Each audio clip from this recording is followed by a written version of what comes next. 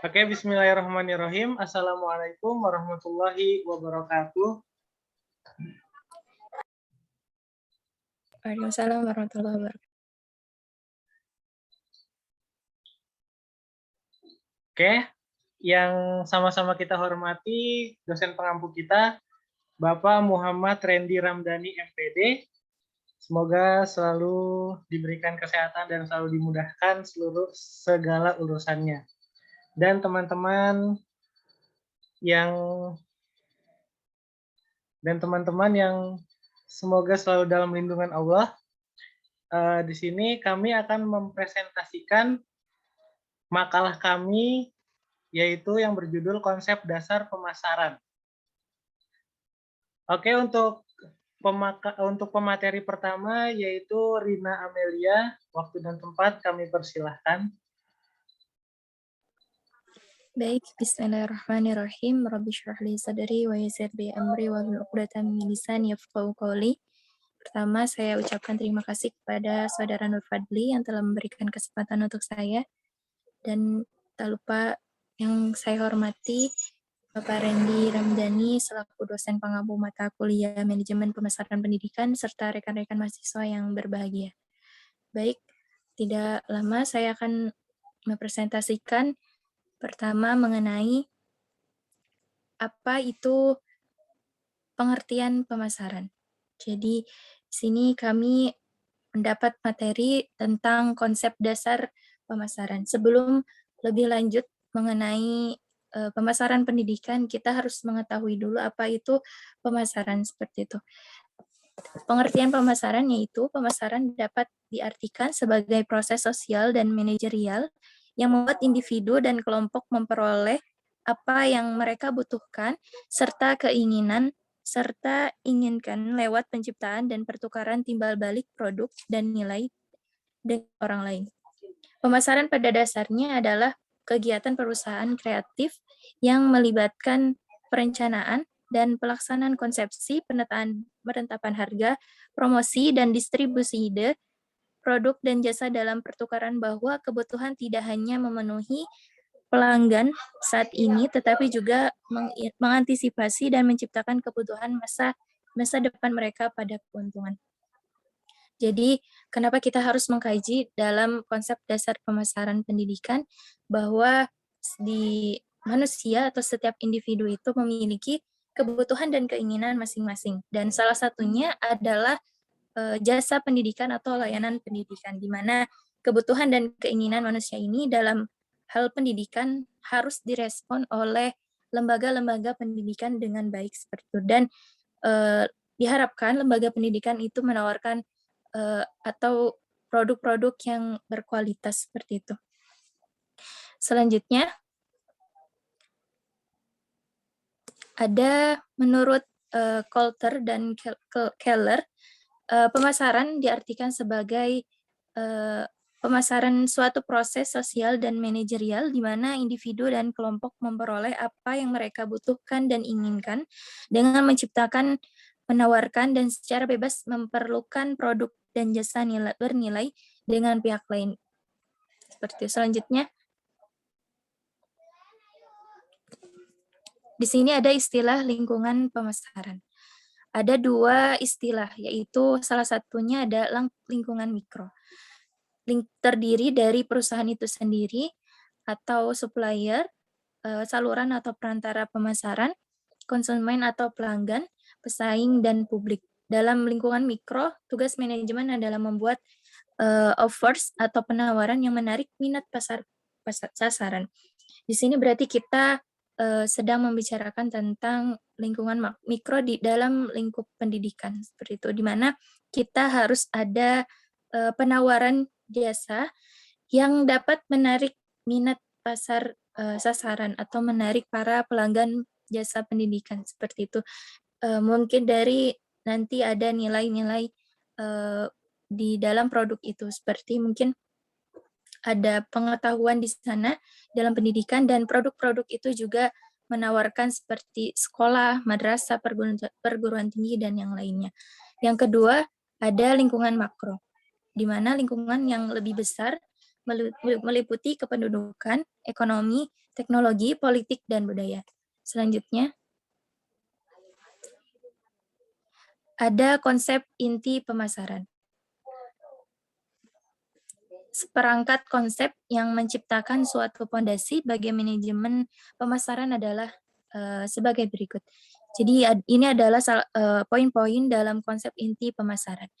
Yang pertama ada kebutuhan, keinginan, dan permintaan. Baik, tadi saya sudah jelaskan kebutuhan dan keinginan manusia dalam hal pendidikan itu harus direspon oleh lembaga pendidikan.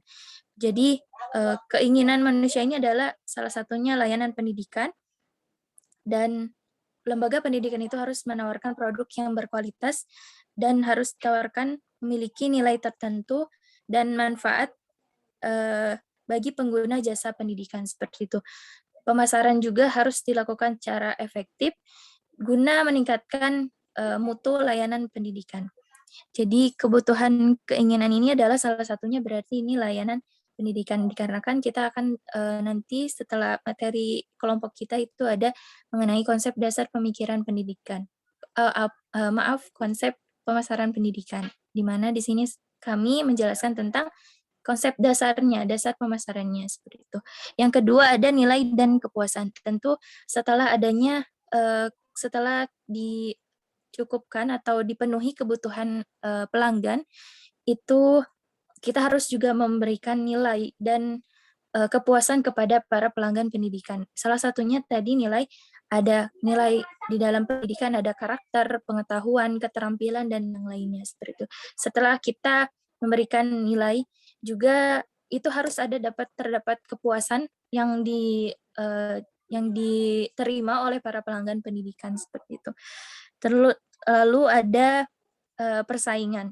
Persaingan tentu ini juga kita di dalam lembaga pendidikan itu pasti dapat persaingan yang sangat ketat ya, karena banyak lembaga pendidikan yang sudah sangat bagus dalam hal kurikulumnya dan sebagainya seperti itu.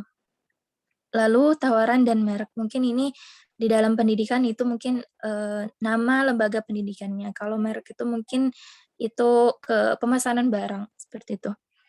Selanjutnya ada pasar sasaran atau penentuan posisi dan segmentasi.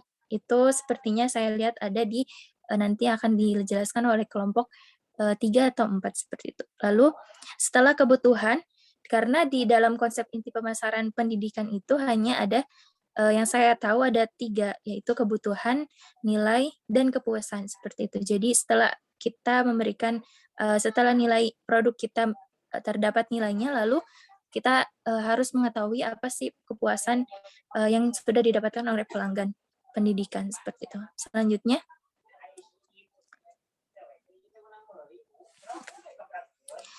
nah, baru kita akan membahas mengenai pemasaran pendidikan. Apa itu pemasaran pendidikan? Yaitu berarti usaha berbasis pemasaran jasa yang itu berbeda dari pemasaran berbasis barang. Tentunya memang sangat berbeda, dikarenakan pemasaran pendidikan itu berarti berbasis jasa. Jadi tidak ada barangnya seperti itu. Jadi kita hanya memberikan seperti nilainya itu tadi. Lalu kalau untuk pemasaran barangnya pasti ada barangnya yang kita bisa lihat dan terwujud seperti itu. Tapi untuk pemasaran pendidikan ini kita tidak berwujud seperti itu. Orang-orang bilang itu pemasaran pendidikan itu tidak berwujud seperti itu. Selanjutnya, nah, di sini ada beberapa perbedaan utama dalam pemasaran barang dan pemasaran pendidikan. Yaitu satu, ada yang dipasarkan adalah sesuatu yang tidak berwujud. Nah, tadi pemasaran jasa pendidikan itu tidak berwujud, artinya berbeda dengan pemasaran yang barang berwujud gitu. Jadi kalau barang kita bisa lihat barangnya ada seperti itu. Namun kalau untuk pemasaran pendidikan itu adalah tidak berwujud. Kenapa? Karena walaupun tidak berwujud, akan tetapi dapat memenuhi kebutuhan konsumen yang diproses dengan menggunakan atau tidak menggunakan bantuan produk fisik maupun di mana proses yang terjadi merupakan interaksi antara penyedia jasa dengan pengguna jasa yang mempunyai sifat tidak mengakibatkan peralihan hak. Jadi berbeda dengan pemasaran barang seperti itu. Yang kedua ada layanan ini berdasarkan pada reputasi. Bisa disimpulkan bahwa reputasi sekolah itu adalah kesesuaian visi dan misi pada sekolah yang tertuang dalam identitas sekolah yang mewujudkan dalam aktivitas keseharian sekolah dan dipersepsi sama oleh publik eksternal orang tua, mahasiswa, orang tua siswa, masyarakat, dan instansi lain, dan juga internal seperti itu. Yang ketiga ada sulit untuk membandingkan kualitas layanan yang serupa. Dan yang keempat, pembeli tidak dapat mengembalikan apa yang telah dibeli. Selanjutnya, pemasaran pendidikan adalah tentang mengelola hubungan melalui komunikasi yang efektif. Tadi, pemasaran itu harus dilakukan secara efektif karena untuk meningkatkan mutu layanan pendidikan itu sendiri, serta meningkatkan kualitas atau kita dapat menyelenggarakan atau bisa menjadikan keberhasilan dalam penyelenggaraan pendidikan seperti itu.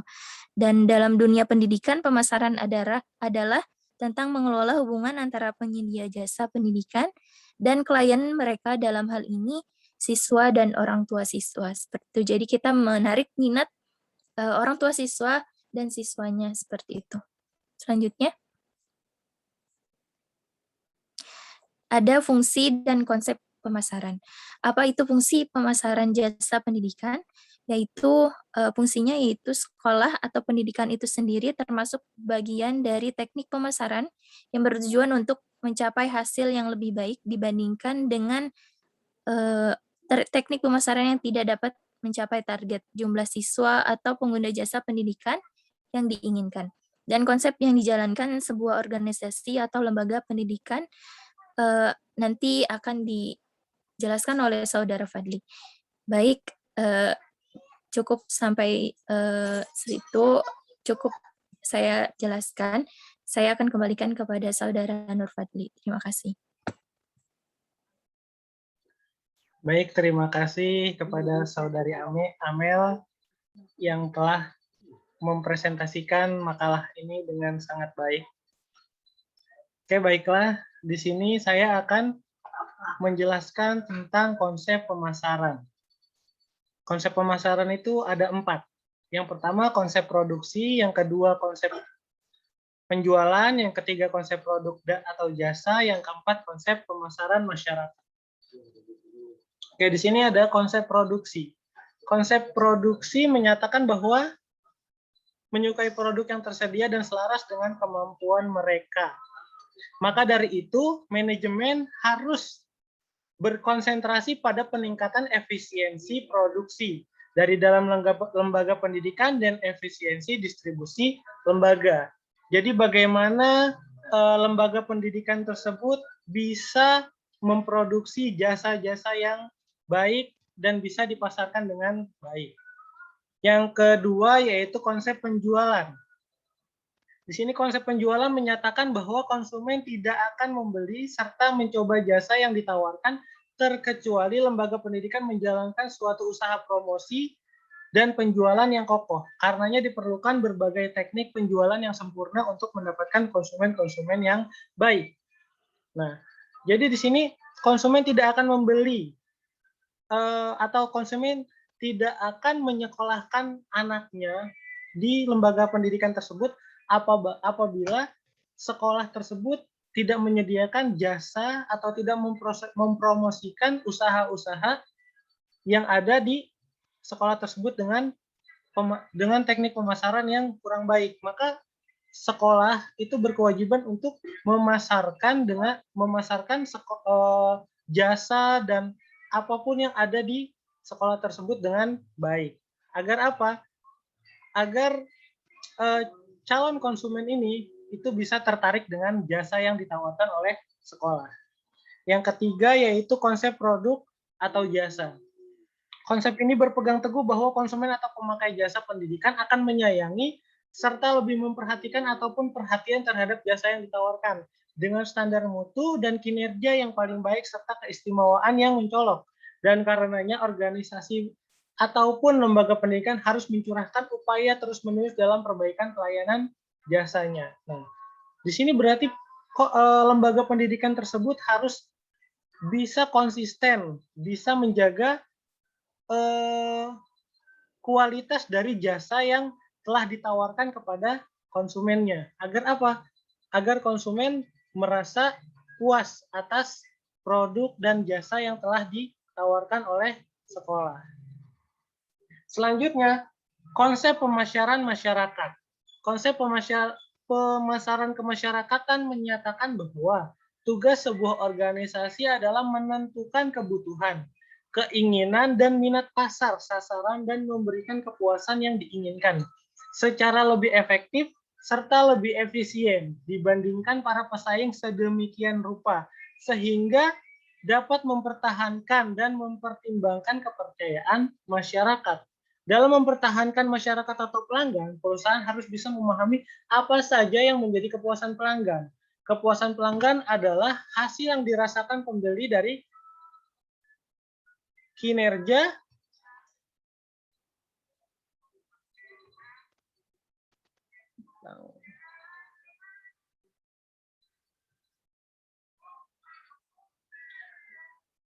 perusahaan yang memenuhi harapan mereka. Pelanggan puas bila harapan mereka dipenuhi dan senang atau bahagia bila harapan mereka dilebihi. Pelanggan yang puas akan setia lebih lama, membeli lebih banyak, dan memberikan komentar baik pada perusahaan. Seperti itu. Selanjutnya, tugas manajemen pemasaran. Tugas manajemen pemasaran dalam memasarkan produk perusahaan agar mencapai tingkat keuntungan jangka panjang, perusahaan untuk menjamin kelangsungan hidup dan pengembangan atau pertumbuhan perusahaan adalah menciptakan permintaan akan produk perusahaan itu dan memenuhi permintaan tersebut. Jadi manajemen pemasaran tidak terlepas dengan masalah permintaan. Tugas manajemen pemasaran tidak hanya terbatas pada mengusahakan dan mengembangkan permintaan produk perusahaan, tetapi juga mencakup pengaturan jumlah, waktu, dan sifat permintaan tersebut sesuai dengan tujuan perusahaan. Selanjutnya, unsur-unsur pemasaran. Di sini unsur-unsur pemasaran itu terbagi beberapa unsur, yaitu yang pertama unsur strategi persaingan. Ya, di sini ada, nah unsur strategi persaingan itu terbagi menjadi 3. Segmentasi pasar, targeting, positioning. Yang pertama segmentasi pasar yaitu tindakan mengidentifikasikan dan membentuk kelompok pembeli atau konsumen secara terpisah. Masing-masing segmen konsumen ini memiliki karakteristik kebutuhan produk dan bauran pemasaran tersendiri. Yang kedua targeting, yaitu suatu tindakan memilih satu atau lebih segmen pasar yang akan dimasuki. Jadi di sini manajer pemasaran ini bagaimana caranya harus menargetkan. Oh, misalkan contohnya di lembaga pendidikan bisa menawarkan ini membuka misalkan sekolah SMP, maka dia terjun langsung ke SD-SD yang menjurus ke SMP tersebut, seperti itu.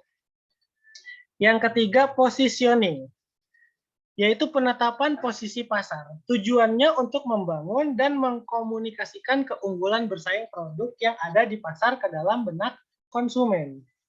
Selanjutnya, unsur taktik pemasaran. Di sini ada terbagi menjadi 2. Diferensiasi berkaitan dengan cara membangun strategi pemasaran dalam berbagai aspek di perusahaan. Yang kedua, bauran pemasaran atau marketing mix berkaitan dengan kegiatan-kegiatan mengenai produk, harga, promosi, dan tempat. Nah, selanjutnya, unsur nilai pemasaran. Di sini ada merek atau brand, yaitu nilai yang berkaitan dengan nama atau nilai yang dimiliki dan melekat pada suatu perusahaan. Jika brand equality ini dikelola dengan baik, perusahaan yang bersangkutan setidaknya akan mendapatkan 2 hal, Pertama, para konsumen akan menerima nilai produknya. Mereka dapat merasakan semua manfaat yang diperoleh dari produk yang mereka beli dan merasa puas karena itu sesuai dengan harapan mereka. Yang kedua, perusahaan itu sendiri memperoleh nilai melalui loyalitas pelanggan terhadap merek, yaitu peningkatan margin keuntungan, keunggulan bersaing, dan efisiensi, serta efektivitas kerja, khususnya pada program pemasaran. Yang kedua, pelayanan atau servis. Pelayanan atau servis yaitu yang berkaitan dengan pemberian jasa pelayanan kepada konsumen. Nah, maka di sini nilai pemasarannya pada pelayanan atau servis harus memberikan jasa dan pelayanan yang terbaik. Agar apa? Agar konsumen bisa merasakan puas dan bisa mungkin menambah dan membeli lagi seperti itu. Yang ketiga, proses.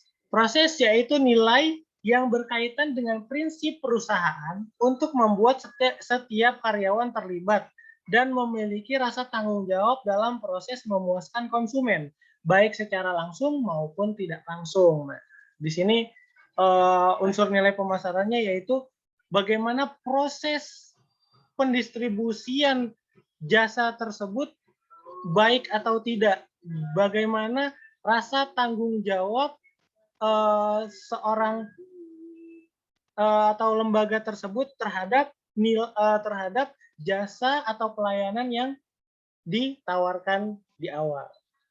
Selanjutnya, pemasaran jasa.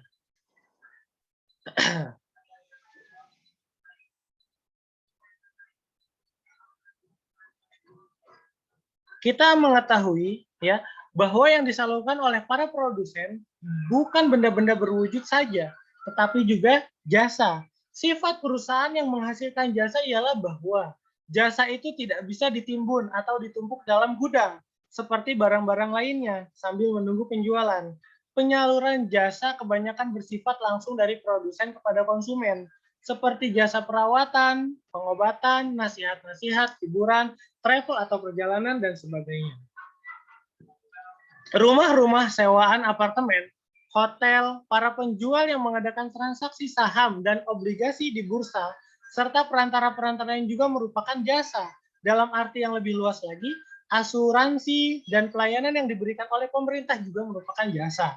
Pajak yang kita bayar sebetulnya adalah untuk membeli jasa yang ditawarkan oleh pemerintah tersebut. Lembaga keagamaan, lembaga pendidikan juga merupakan bagian dari jasa.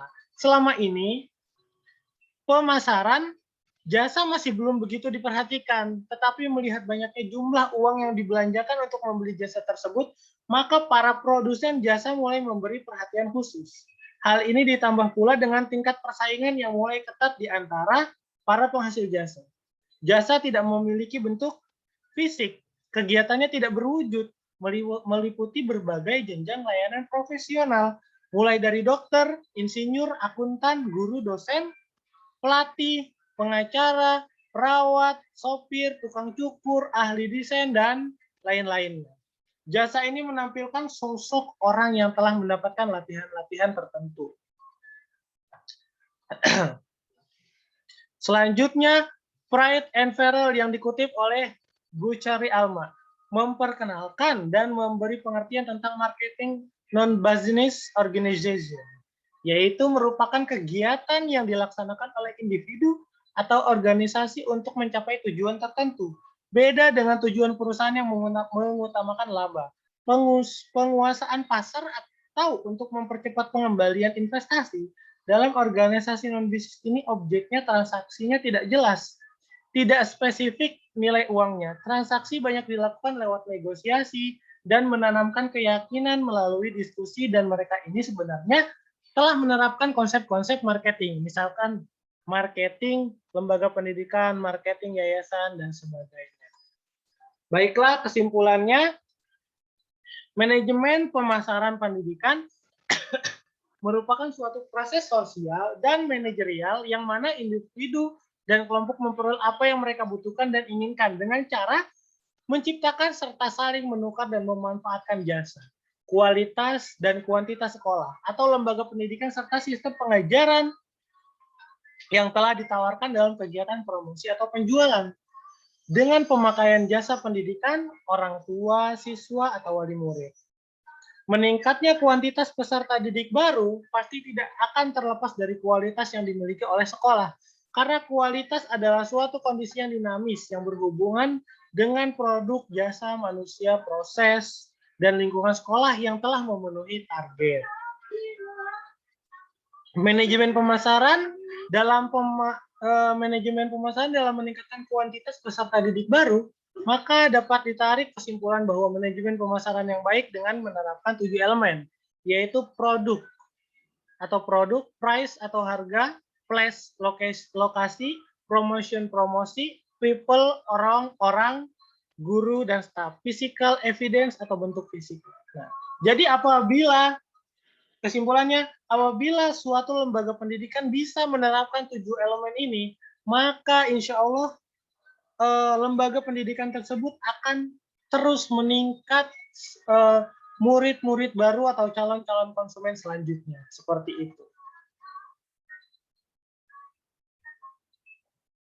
Oke, baiklah, mungkin cukup sekian yang bisa kami sampaikan.